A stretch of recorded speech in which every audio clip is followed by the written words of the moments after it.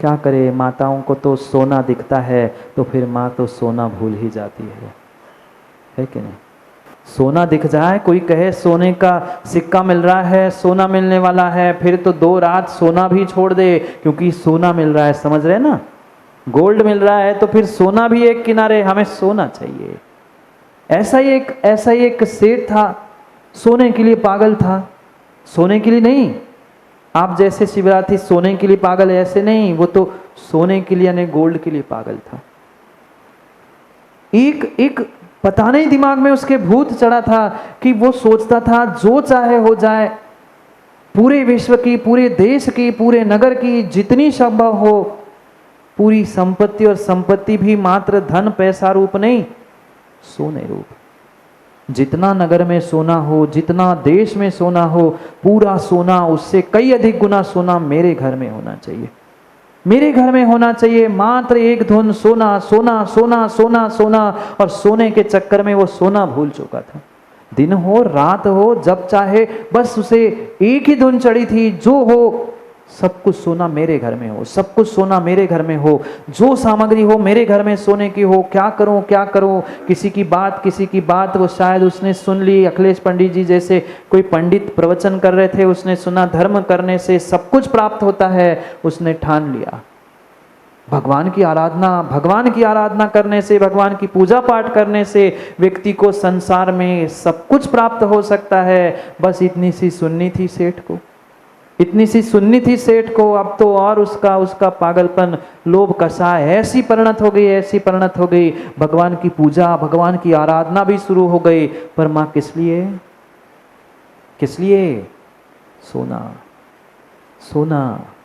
सोना मिल जाए, सोना मिल जाए, सोना मिल जाए। सोने जैसे भगवान मिले थे, सोने जैसा मौका मिला था, सोने जैसा जैन कुल मिला था, पर सोना करते हुए पागलपन छाया था। पूजा पाठ, धर्म, सब कुछ मात्र लोभ कषाय, सूक्ष्म लोभ कषाय का परिणमन शुरू हुआ। किसके लिए? अंतरंग में सूक्ष्म लोभ कषाय प्रारंभ हुई, बहिरंग की स्थूल लोभ कषाय, धन दौलत सोना चांदी इकट्ठा करने के लिए। और आराधना करते करते एक दिन ऐसा आया कि जो उस मंदिर में, उसके चैत्यालय में जिनेंद्र भगवान विराजमान थे, ऐसी आराधना, ऐसी साधना, ऐसी पुरुषार्थ उस चंपानगर के सेठ ने किया कि उसके चैत्यालय में वह कोई देव प्रकट हो गया। होगी उसकी उतनी भक्ति, भले ही लोभ कषाय के कारण, पर उसने वैसी भक्ति, वैसी पूजा, वैसा पाठ करते करते उसने एक देव को प्रसन्न कर लिया। वह देवदूत बनकर आया था और उस सेठ के सामने कहता है, बोलो, मैंने तेरी भक्ति देखी, तेरी आराधना देखी, तेरी पूजा देखी, मैं तेरी भक्ति, आराधना, पूजा और तुम्हारे कार्य से खुश हो गया हूं, और मैं चाहता हूं तुम्हें कुछ वरदान दूं। तू भगवान का भक्त है, मैं भी भगवान का भक्त हूं, मैं चाहता हूं मैं तुम्हें कुछ भेंट में दे दूं। तुम्हारी भक्ति विशेष मुझे लगी, होगा कुछ पूर्व जीव का संबंध, कुछ होगा, कुछ ऋणानुबंध उसके साथ। और जैसे ही वह देव प्रकट हो गया, कहता है जो चाहे वरदान मांग।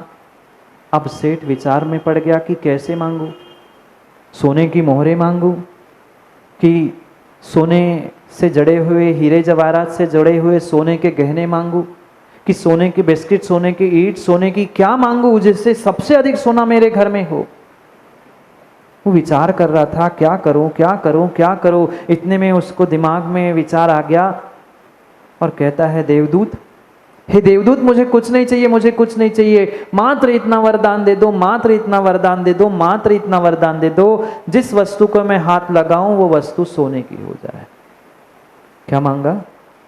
जिस वस्तु को मैं हाथ लगाऊं वो वस्तु मेरे घर में सोने की हो जाए, मुझे और कुछ भी नहीं चाहिए। वो तो प्रसन्न था ही। देवदूत ने कहा, तथास्तु, ऐसा ही हो। और देवदूत अपने स्थान पर चला गया। वो खुशी के मारे पागल हो गया कि देखो, देखो अब तो मुझे वरदान मिल गया, वरदान मिल गया। वो सोचता है पहले पहले प्रयोग तो करके देखो कि उसने तथास्तु कहा है, सही में कहा कि झूठ बोल के चला गया। इंसान को देवों पर भी विश्वास नहीं, भगवान पर, गुरु पे नहीं है तो देवों पर क्या काक होगा। दौड़ता है और पहुंचता है, सबसे पहले वो भगवान के ही धन्यवाद करने के लिए पहुंचता है। भगवान आपकी भक्ति से मुझे सब कुछ मिला।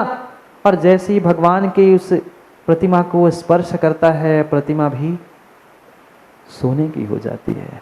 खुश हो गया, खुश हो गया कि मुझे मिला वरदान, मुझे मिला वरदान। अब तो मैं एक एक वस्तु को छूऊंगा, एक एक वस्तु को स्पर्श करूंगा और घर में जितनी वस्तु है सब सोने की बनाऊंगा। पागल तो पहले ही से था, और वरदान मिलने के बाद, वरदान मिलने के बाद वो और पागल होता है। पहले जाकर पहुंचता है घर में जितनी जितनी उसे सामने वस्तुएं दिख रही थी, टेबल दिखा उसको स्पर्श किया, कुर्सी दिखी उसको स्पर्श किया, मंदिर में जितनी सामग्री थी उसको स्पर्श करते करते वो खुश होता जा रहा था। देखो देखो मेरे पास सोना, मैं सोना, मैं सोने का, उसको स्पर्श। दौड़ते भागते वो चैत्यालय से घर की ओर पहुंच रहा था। बीच में उसे पेड़ पौधे मिले, फूल मिले, फल मिले, वो सबको स्पर्श करता गया। फूल सोने का बन गया, पेड़ सोने का मिल गया, फल सोने का बन गया। जिसको जिसको हाथ लगा है सब सोने का। जो गमले रखे थे, गमले को अब जिसको जिसको लोभ का साय सताती है, उसका पागलपन तो देखने जैसा होता है।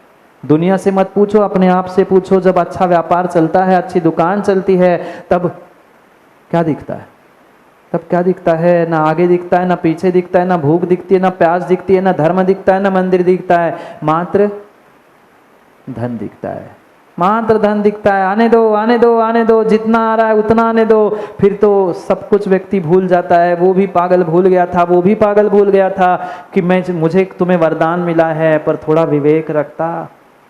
फूल, फल, पेड़, पौधे, सब कुछ उसने सोने का किया। घर के दरवाजे को स्पर्श किया, दीवालों को स्पर्श किया, दीवाल सोने की, घर का दरवाजा, सब कुछ, छोटी बड़ी जो जो सामग्री उसे मिलती गई सब कुछ वो सोने का करता गया। दौड़ते दौड़ते खुश होते हुए घर में पहुंचता है। घर में पहुंचता है, पलंग पे बैठता है, सोचता है कि आज तक कोई ऐसा होगा सेठ जिसके घर में सोने का पलंग होगा। पलंग को स्पर्श करता है, पलंग सोने का हो गया। जिस गद्दी पर, पलंग पर जो गद्दी थी, वो सोचता है गद्दी पे तो कई बार सो चुका हूं, मैं सोने की गद्दी पे सोना चाहता हूं। गद्दी को स्पर्श किया, गद्दी भी सोने की हो गई, गद्दी भी सोने की हो गई। इधर भागते इधर भागते इधर भागते, सबको सोने का करते करते करते करते उसे भूख लगाई। समय हो ही गया था, भूख लगी, दौड़ता है, भागता है और भोजनशाला में जाता है और भोजन की थाली पर बैठता है। भोजन के थाली पर बैठता है, एक कौर उठाता है, टुकड़ा उठाता है। अब उठाने की जरूरत ही नहीं थी, जिसको हाथ लगाओ। क्या वरदान मिला था? क्या वरदान मिला था? जिसको हाथ लगाओ सब सोने का। वो ग्रास उठाया, ग्रास सोने का। वो सोचता है ग्रास नहीं, कुछ और सामग्री ले लूं। वो दूसरी सामग्री को हाथ लगाता है, वो सोने का। वो सोचता है चलो कुछ पानी ही पी के भूख प्यास मिटा लूं। वो जैसे ही ग्लास को हाथ में लेता है, वह ग्लास और ग्लास में रखा पानी भी सोने का हो गया। ग्लास में रखा पानी भी सोने का हो गया। वो विचार ही कर रहा था। इतने में ही एक दौड़ती भागती उसकी छोटी सी बेटी उसके पास आती है और गोद में वो बैठती है। वो खुशी के मारे कहना चाहता था कि बेटी देखो, मैंने भगवान की ऐसी भक्ति कर दी और मुझे वरदान मिला। वो कह ही रहा था, कहते कहते बेटी की सर से उसने हाथ फेरा, बेटी के गाल को खिलाया। बेटी भी बोलो ना, बेटी भी सोने की हो गई। पत्नी भोजनशाला से देख रही थी ये तमाशा, ये पागलपन। दौड़ती हुई पत्नी भी आती है और कहती ये तो क्या कर रहे हैं? ये स्वामी जी आप क्या कर रहे हैं? सेठ जी क्या कर रहे हो आप? थोड़ा तो विवेक रखो। आपका भोजन सोने का बन गया, सब कुछ सोना सोना सोना सोना। सोना खाओगे क्या? कब तक सोने के पीछे पागल हो जाओगे?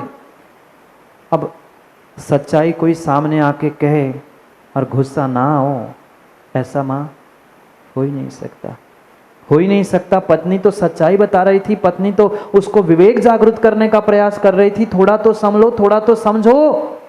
पर सच्चाई जैसे ही पत्नी ने बताई, उस सेठ को ऐसा गुस्सा आया, दौड़ते हुए पलंग वो उठता है थाली से, पलंग से, और जाके क्या किया? स्पर्श नहीं किया, पर जाके एक थप्पड़ मारी। अब थप्पड़ मारो, चाहे स्पर्श करो, चाहे प्रेम से करो, चाहे द्वेष से करो, चाहे राग से करो, वो तो सोने का होना ही था। पत्नी वही खड़ी की खड़ी रह गई, सोने की बन गई। शाम तक वह सेठ जो आधा पागल हो गया था, अब तो पागलपन की कोई सीमा ही नहीं बची। ना खाने के लिए कुछ, ना पीने के लिए कुछ, ना बोलने के लिए कुछ। क्या करे? उसे होश ही नहीं बचा। इधर भागे उधर भागे, सब सोने का तो हो गया, पर जीवन में से वह चमक निकल गई। पदार्थ सोने के होकर वह पदार्थ तो सोने जैसे चमकने लगे, पर जीवन की ही चमक समाप्त हो गई। किससे बोलता, किसके साथ उठता बैठता, क्या खाता क्या पीता, सब सोने का हो गया। पुनः दौड़ते हुए चैत्यालय में पहुंचता है, गिड़गिड़ाता है, मन्नतें करता है, हे भगवान आपके भक्ति से वह देवदूत आया था, पुनः एक बार आ जाए, पुनः एक बार आ जाए। वह मन्नतें करते करते जैसे तैसे दूसरे दिन सुबह तक पुनः देव आता है और कहता है, बोल ज्ञानी, तू तो कह रहा था कि ब्रह्मांड की, संसार की सब वस्तुएं मेरे पास सोने की हो। तुमने तो जोड़ लिया ना सोना। अब क्यों बुला रहे हैं मुझे? क्यों बुला रहे हैं मुझे? वो हाथ जोड़ता है, कहता है, क्षमा करना है देव, क्षमा करना है देव, मेरे से गलती हो गई, मैं भूल गया था। जोड़ना धर्म नहीं था। मैंने सोना चांदी सब कुछ जोड़ लिया, हर वस्तु को सोने का कर लिया, घर में एक एक इंसान भी सोने का हो गया, भोजन सामग्री सोने की हो गई। ये जोड़ना तो मैंने सीखा, पर मैंने जुड़ना नहीं सीखा। मैंने जुड़ना नहीं सीखा। अब मैंने निर्णय कर लिया है। क्या आप अपना वरदान वापस लो। आप अपना वरदान वापस ले लो और कुछ ऐसा उपाय कर लो जिससे मेरा परिवार पुनः जुड़ जाए, वो देव कहता है, धरिए हृदय संतोष। अभी पढ़ा ना, पूजा में अभी पढ़ रहे थे ना आप सब मिलके, धरि हृदय संतोष, करो तपस्या, देह सो शौच सदा निर्दोष, धर्म बढ़ो संसार में। देव ने यही कहा, उत्तम शौच सर्व जग बना, ये लोभ पाप का बाप बखाना। ये लोभ ही सबसे बड़ा पाप है, सबसे बड़ी कसाय है। इसलिए ज्ञानी, ये तुम्हें दुख और दुख ही दे सकता है। पढ़ा अभी आशा पास महादुखदानी, सुख पावे, बोलो ना, सुख पावे संतोषी प्राणी। पर हम संतोषी नहीं होंगे। देव ने कहा, तुम नियम ले लो, मैं वरदान तभी वापस लूंगा जब तुम नियम लो, जब तुम संकल्प करोगे कि जो आज तक तुमने धन कमाया है, जो तुमने आज तक जोड़ के रखा है, वह तुम छोड़ना सीखो, दान करना सीखो, तो मैं तुम्हें दिया हुआ वरदान वापस लूंगा। अन्यथा किसी प्रकार से मैं वरदान वापस लेने वाला नहीं हूँ। वो तो गिड़गिड़ा रहा था, जो बने जैसा बने, आप जैसा कहो वैसा मैं करने के लिए तैयार हूँ, पर अब मुझे सोना नहीं है, अब मुझे सोना नहीं चाहिए, अब तो मुझे सोने की चैन की नींद चाहिए परिवारजनों के साथ। कितना जोड़ा माँ, सही बताऊं, हंसोगे तो नहीं? घर में कैसी वस्तुएं जोड़ के लगी है, काम में आएगी। जब काम में आती है, तब कभी जोड़ी हुई वस्तु आती है?